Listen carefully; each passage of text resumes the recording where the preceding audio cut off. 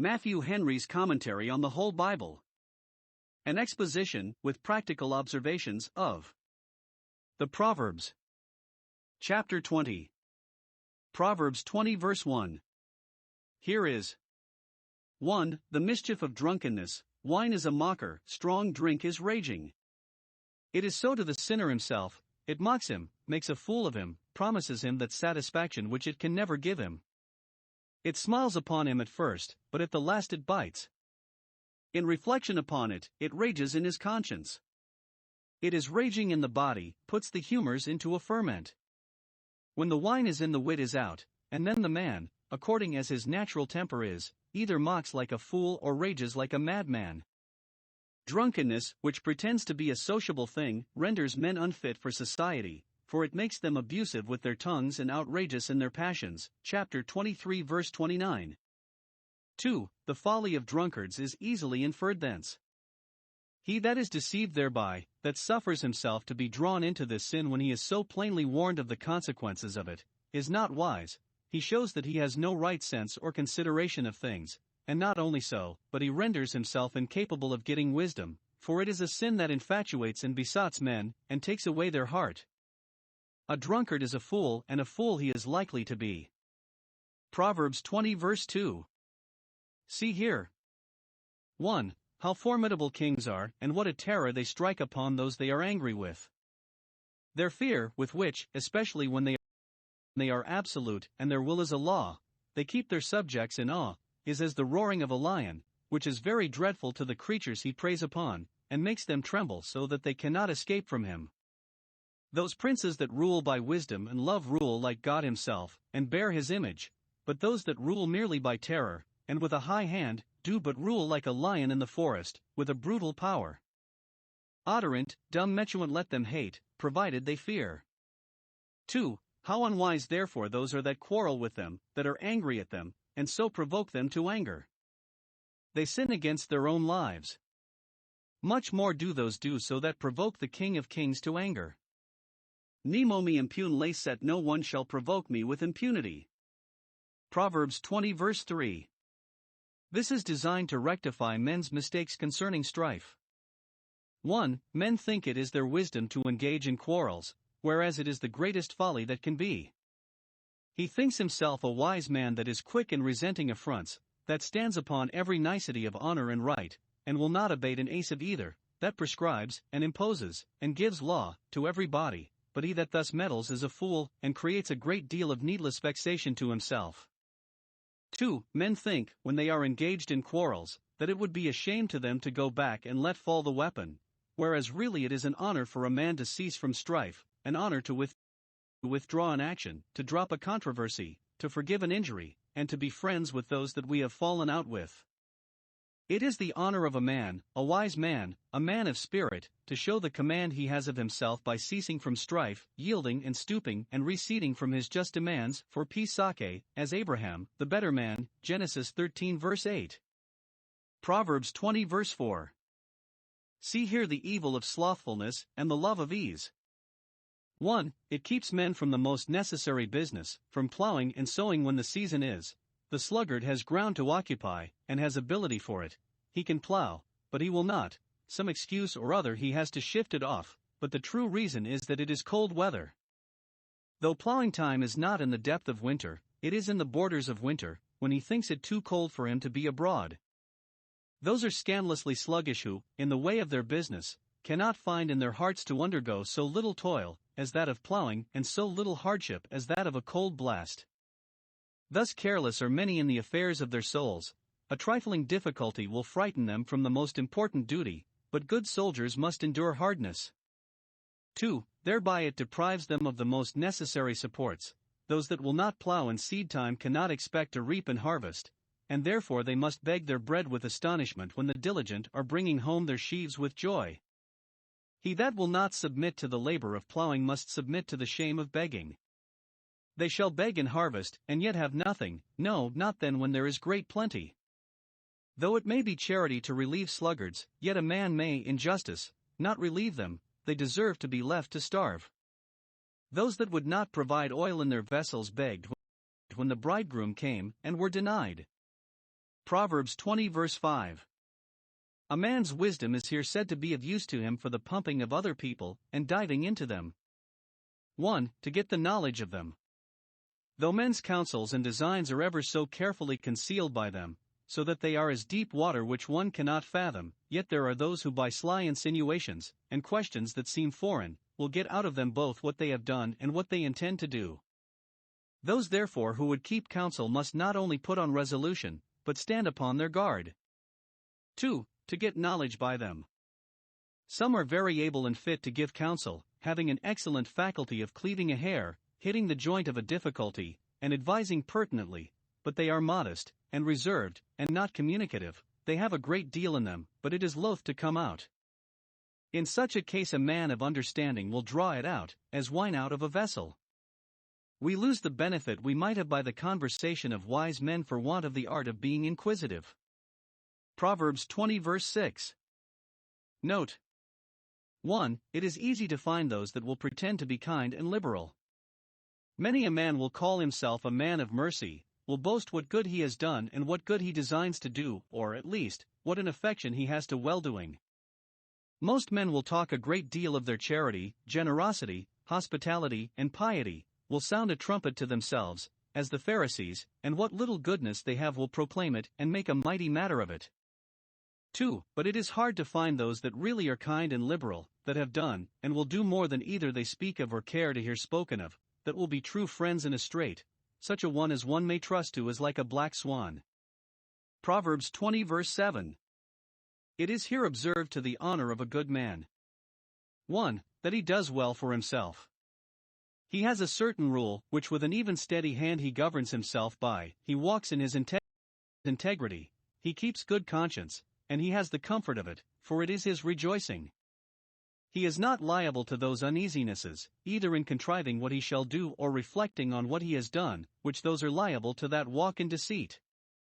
2. That he does well for his family, his children are blessed after him, and fare the better for his sake. God has mercy in store for the seed of the faithful. Proverbs 20 verse 8. Here is 1. The character of a good governor. He is a king that deserves to be called so who sits in the throne, not as a throne of honor, to take his ease, and take state upon him, and oblige men to keep their distance, but as a throne of judgment, that he may do justice, give redress to the injured and punish the injurious, who makes his business his delight and loves no pleasure comparably to it, who does not devolve the whole care and trouble upon others, but takes cognizance of affairs himself and sees with his own eyes as much as may be. 1 Kings 10 verse 9. 2. The happy effect of a good government. The presence of the prince goes far towards the putting of wickedness out of countenance. If he inspect his affairs himself, those that are employed under him will be kept in awe and restrained from doing wrong. If great men be good men, and will use their power as they may and ought, what good may they do and what evil may they prevent? Proverbs 20 verse 9. This question is not only a challenge to any man in the world to prove himself sinless, whatever he pretends, but a lamentation of the corruption of mankind, even that which remains in the best. Alas! Who can say, I am sinless? Observe. 1. Who the persons are that are excluded from these pretensions, all, one as well as another. Here in this imperfect state, no person whatsoever can pretend to be without sin. Adam could say so in innocency, and saints can say so in heaven, but none in this life. Those that think themselves as good as they should be cannot, nay, and those that are really good will not, dare not, say this. 2. What the pretension is that is excluded.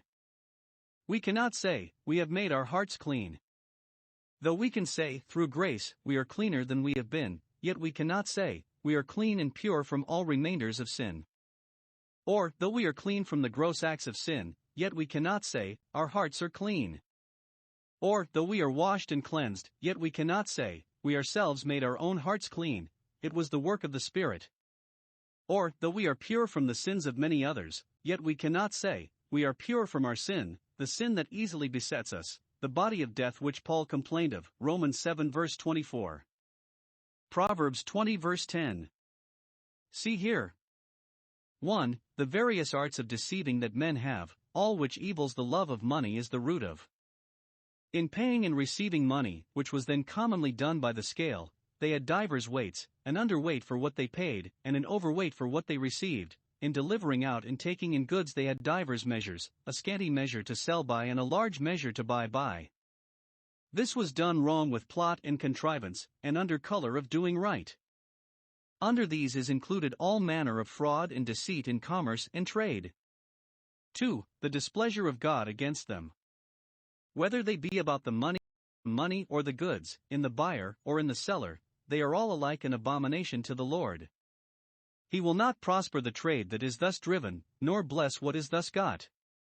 He hates those that thus break the common faith by which justice is maintained, and will be the avenger of all such. Proverbs 20 verse 11. The tree is known by its fruits, a man by his doings, even a young tree by its first fruits, a child by his childish things, whether his work be clean only, appearing good, the word is used chapter 16 verse 2, or whether it be right, that is, really good. This intimates 1. That children will discover themselves. One may soon see what their temper is and which way their inclination leads them, according as their constitution is. Children have not learned the art of dissembling and concealing their bent as grown people have.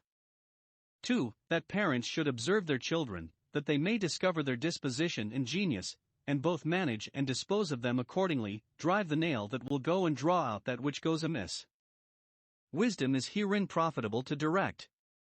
Proverbs 20 verse 12. Note 1. God is the God of nature, and all the powers and faculties of nature are derived from him and depend upon him, and therefore are to be employed for him. It was he that formed the eye and planted the ear, Psalm 94 verse 9, and the structure of both is admirable, and it is he that preserves to us the use of both. To his providence we owe it that our eyes are seeing eyes and our ears hearing ears. Hearing and seeing are the learning senses, and must particularly own God's goodness in them. 2. God is the God of grace. It is he that gives the ear that hears God's voice, the eye that sees his beauty, for it is he that opens the understanding. Proverbs 20 verse 13. Note 1. Those that indulge themselves in their ease may expect to want necessaries, which should have been gotten by honest labor. Therefore, though thou must sleep, nature requires it, yet love not sleep, as those do that hate business. Love not sleep for its own sake, but only as it fits for further work. Love not much sleep, but rather grudge the time that is spent in it, and wish thou couldst live without it, that thou mightest always be employed in some good exercise. We must allow it to our bodies as men allow it to their servants, because they cannot help it and otherwise they shall have no good of them. Those that love sleep are likely to come to poverty, not only because they lose the time they spend in excess of sleep, but because they contract a listless careless disposition, and are still half asleep, never well awake. 2. Those that stir up themselves to their business may expect to have conveniences. Open thy eyes, awake and shake off sleep, see how far in the day it is, how thy work wants thee, and how busy others are about thee. And, when thou art awake, look up, look to thy advantages, and do not let slip thy opportunities. Apply thy mind closely to thy business, and be in care about it. It is the easy condition of a great advantage. Open thy eyes, and thou shalt be satisfied with bread. If thou dost not grow rich, yet thou shalt have enough, and that is as good as a feast. Proverbs 20 verse 14. See here. 1. What arts men use to get a good bargain and to buy cheap? They not only cheapen carelessly, as if they had no need, no mind for the commodity, when perhaps they cannot go without it. There may be prudence in that, but they vilify and run down that which yet they know to be of value.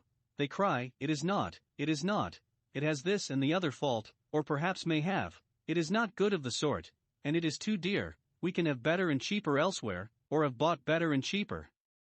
This is the common way of dealing, and after all, it may be, they know the contrary of what they affirm, but the buyer, who may think he has no other way of being even with the seller, does as extravagantly commend his goods and justify the price he sets on them, and so there is a fault on both sides, whereas the bargain would be made every jot as well if both buyer and seller would be modest and speak as they think.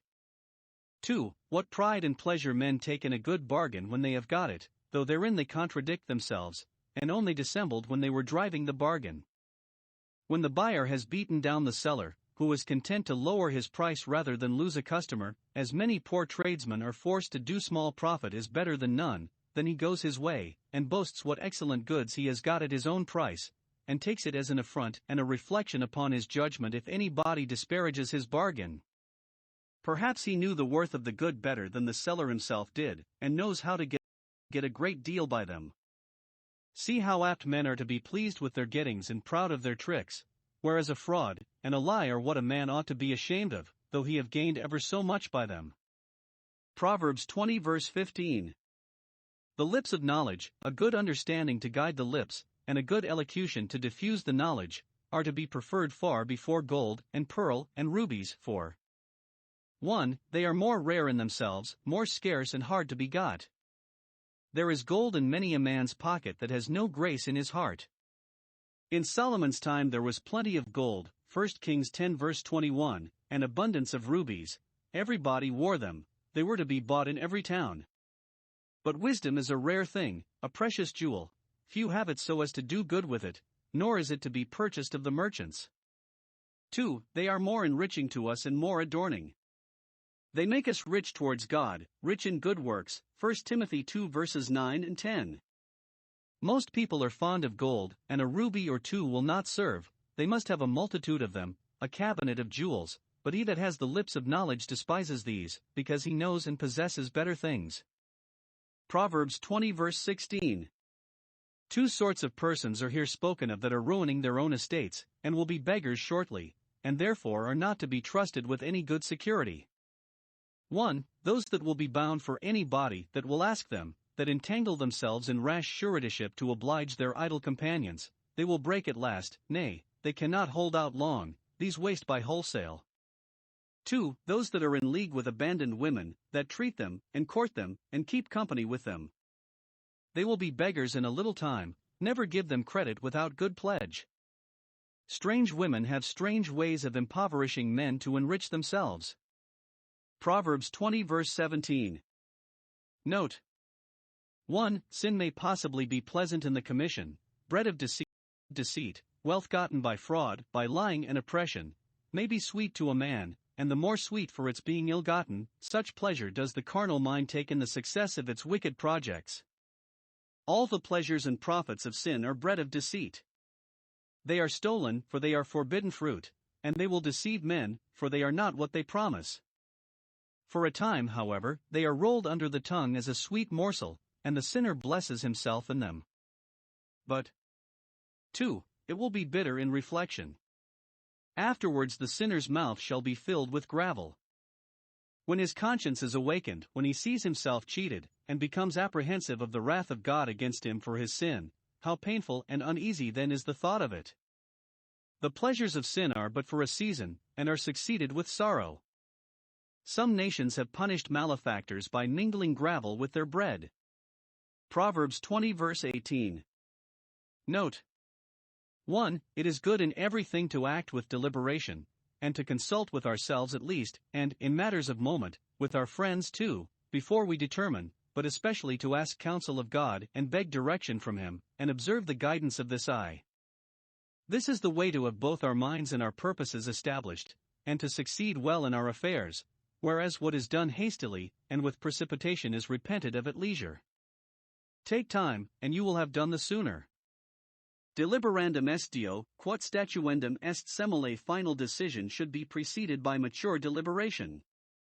2. It is especially our wisdom to be cautious in making war.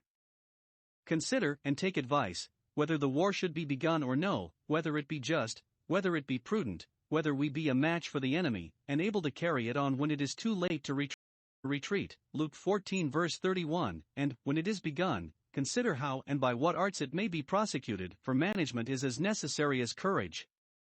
Going to law is a kind of going to war, and therefore must be done with good advice. Proverbs 25:8. The rule among the Romans was nec sequi bellum, nec fugere, neither to urge war nor yet to shun it. Proverbs 20 verse 19. Two sorts of people are dangerous to be conversed with. 1. Talebearers, though they are commonly flatterers, and by fair speeches insinuate themselves into men's acquaintance. Those are unprincipled people that go about carrying stories, that make mischief among neighbors and relations, that sow in the minds of people jealousies of their governors, of their ministers, and of one another, that reveal secrets which they are entrusted with or which by unfair means they come to the knowledge of, under pretense of guessing at men's thoughts and intentions, tell that of them which is really false. Be not familiar with such, do not give them the hearing when they tell their tales and reveal secrets, for you may be sure that they will betray your secrets too and tell tales of you. 2. Flatterers, for they are commonly talebearers. If a man fawn upon you, compliment and commend you, suspect him to have some design upon you, and stand upon your guard, he would pick that out of you which will serve him to make a story of to somebody else to your prejudice, therefore meddle not with him that flatters with his lips. Those too dearly love, and too dearly buy, their own praise, that will put confidence in a man and trust him with a secret or business because he flatters them. Proverbs 20 verse 20. Here is 1. An undutiful child become very wicked by degrees. He began with despising his father and mother, slighting their instructions, disobeying their commands, and raging at their rebukes, but at length he arrives at such a pitch of impudence and impiety as to curse them, to give them scurrilous and opprobrious language, and to wish mischief to those that were instruments of his being and have taken so much care and pains about him, and this in defiance of God and his law, which had made this a capital crime, Exodus 21 verse 17, Matthew 15 verse 4, and in violation of all the bonds of duty, natural affection, and gratitude. 2. An undutiful child become very miserable at last, his lamp shall be put out in obscure darkness, all his honor shall be laid in the dust, and he shall forever lose his reputation. Let him never expect any peace or comfort in his own mind, no, nor to prosper in this world. His days shall be shortened, and the lamp of his life extinguished, according to the reverse of the promise of the 5th commandment. His family shall be cut off and his posterity be a curse to him. And it will be his eternal ruin, the lamp of his happiness shall be put out in the blackness of darkness, so the word is, even that which is forever, Jude 13, Matthew 22 verse 13. Proverbs 20 verse 21. Note 1. It is possible that an estate may be suddenly raised. There are those that will be rich, by right or wrong, who make no conscience of what they say or do if they can but get money by it, who, when it is in their power, will cheat their own father, and who sordidly spare and hoard up what they get, grudging themselves and their families food convenient and thinking all lost, but what they buy land with or put out to interest. By such ways as these a man may grow rich, may grow very rich, in a little time, at his first setting out. 2. An estate that is suddenly raised is often as suddenly ruined. It was raised hastily, but, not being raised honestly, it proves soon ripe and soon rotten. The end thereof shall not be blessed of God, and, if he do not bless it, it can neither be comfortable nor of any continuance, so that he who got it at the end will be a fool. He had better have taken time and built firmly. Proverbs 20 verse 22. Those that live in this world must expect to have injuries done them, affronts given them, and trouble wrongfully created them, for we dwell among briars.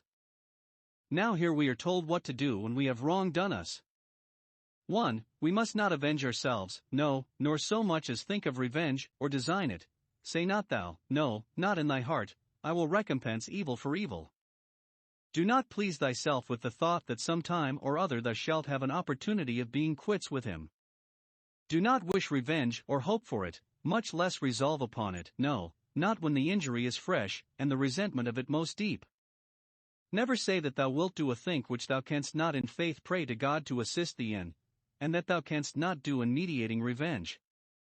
2. We must refer ourselves to God, and leave it to him to plead our cause, to maintain our right, and reckon with those that do us wrong in such a way and manner as he thinks fit, and in his own due time, wait on the Lord, and attend his pleasure, acquiesce in his will, and he does not say that he will punish him that has injured thee, instead of desiring that thou must forgive him and pray for him, but he will save thee, and that is enough. He will protect thee, so that thy passing by one injury shall not, as is commonly feared, expose thee to another, nay, he will recompense good to thee, to balance thy trouble and encourage thy patience, as David hoped, when Shimei cursed him, 2 Samuel 16 verse 12. Proverbs 20 verse 23. This is to the same purport with what was said verse 10. 1. It is here repeated, because it is a sin that God doubly hates, as as lying, which is of the same nature with this sin, is mentioned twice among the 7 things that God hates, chapter 6 verses 17 and 19, and because it was probably a sin very much practiced at that time in Israel, and therefore made light of as if there were no harm in it, under pretense that, being commonly used, there was no trading without it. 2. It is here added, a false balance is not good, to intimate that it is not only abominable to God, but unprofitable to the sinner himself. There is really no good to be got by it, no, not a good bargain, for a bargain made by fraud will prove a losing bargain in the end. Proverbs 20 verse 24. We are here taught that in all our affairs, 1. We have a necessary and constant dependence upon God. All our natural actions depend upon His providence, all our spiritual actions upon His grace. The best man is no better than God makes him, and every creature is that to us which it is the will of God that it should be. Our enterprises succeed, not as we desire and design, but as God directs and disposes. The goings even of a strong man, so the word signifies, are of the Lord, for his strength is weakness without God, nor is the battle always to the strong. 2. We have no foresight of future events, and therefore know not how to forecast for them. How can a man understand his own way? How can he tell what will befall him, since God's counsels concerning him are secret, and therefore how can he of himself contrive what to do without divine direction? We so little understand our own way that we know not what is good for ourselves, and therefore we must make a virtue of necessity, and commit our way unto the Lord, in whose hand it is, follow the guidance and submit to the disposal of providence. Proverbs 20 verse 25. 2 things by which God is greatly affronted, men are here said to be ensnared by, and entangled not only in guilt, but in trouble and ruin at length. 1. Sacrilege, men's alienating holy things and converting them to their own use, which is here called devouring them. What is devoted in any way to the service and honor of God, for the support of religion and divine worship or the relief of the poor, ought to be conscientiously preserved to the purposes designed, and those that directly or indirectly embezzle it, or defeat the purpose for which it was given, will have a great deal to answer for. Will a man rob God in tithes and offerings? Malachi 3 verse 8. Those that hurry over religious offices, their praying and preaching, and huddle them up in haste, as being impatient to get done, may be said to devour that which is holy. 2. Covenant breaking. It is a snare to a man, after he has made vows to God, to inquire how he may evade them, or get dispensed with, and to contrive excuses for the violating of them. If the matter of them was doubtful, and the expressions were ambiguous, that was his fault. He should have made them with more caution and consideration, for it will involve his conscience, if it be tender, in great perplexities, if he be to inquire concerning them afterwards. Ecclesiastes 5 verse 6. For when we have opened our mouth to the Lord, it is too late to think of going back. Acts 5 verse 4. Proverbs 20 verse 26. See here. 1. What is the business of magistrates? They are to be a terror to evildoers. They must scatter the wicked, who are linked in confederacies to assist and embolden one another in doing mischief, and there is no doing this but by bringing the wheel over them, that is, putting the laws in execution against them, crushing their power and quashing their projects.